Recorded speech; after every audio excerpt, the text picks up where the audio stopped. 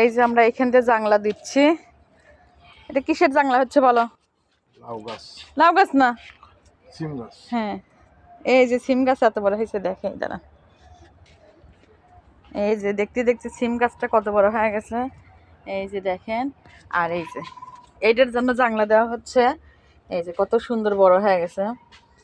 তো আসলে গাছ লাগালে কিন্তু হয়ই। এই যে এইখান দিয়ে পুঁই শাক লাগাইছি, সেইগুলো কত বড় হয়ে গেছে।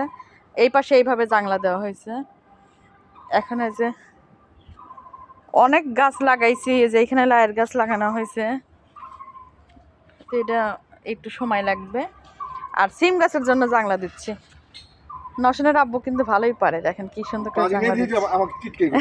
না পারো, আমার বুদ্ধি দেওয়া লাগে নশনের আব্বুকে।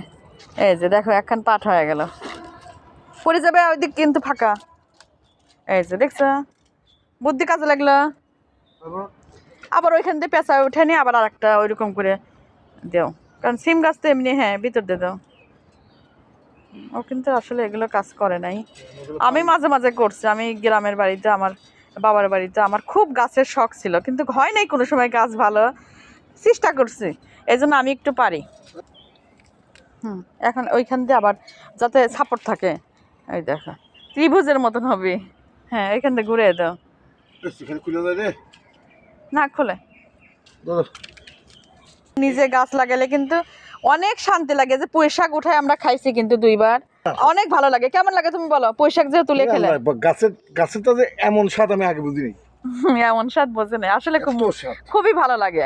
নিজে গাছ থেকে তুলে খাওয়ার মধ্যে যে এত শান্তি তৃপ্তি, নশনের আব্বু কয় যে এত যে ভালো লাগে আমার জানা ছিল না। আর কয়টা দিতে হবে, এইখানে গাছ রাখলে না যেন এইখান দিয়ে বয়া উঠে ওই জাংলায় যেতে পারে, বুঝছো? সেভাবে দিতে হবে। এই ডালটা যদি কাটা যেত, এটা কেটে দাও। সিম তোলা আপনাদের সঙ্গে শেয়ার করব। যখন সিম তুলি গাছ থেকে তুলে যে এইখানেই রান্না করব। এই দেখেন আর একটা জিনিস দেখায়, এই যে এইখানেই রান্না করব শীতের মধ্যে। আর এইখান থেকে সিম উঠাবো, তাই না? অবশ্যই ইনশাআল্লাহ হবে। না পুঁই শাক তো খাইছি, একটু পুঁই শাক খাইছি, কিন্তু পুঁই শাক 2 দিন উঠাইছি। একটু স্বাদ নিছি।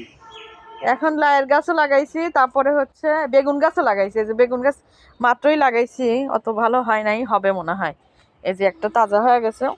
এখন দেখি কয়দিন ধরে লাগাইছি। আবার ধনিয়া পাতা লাগাইছি, ধনিয়া পাতা বের হচ্ছে। তো চেষ্টায় আছে, দেখি কি হয়। নিয়ে যাও, এটা কোনে নেব?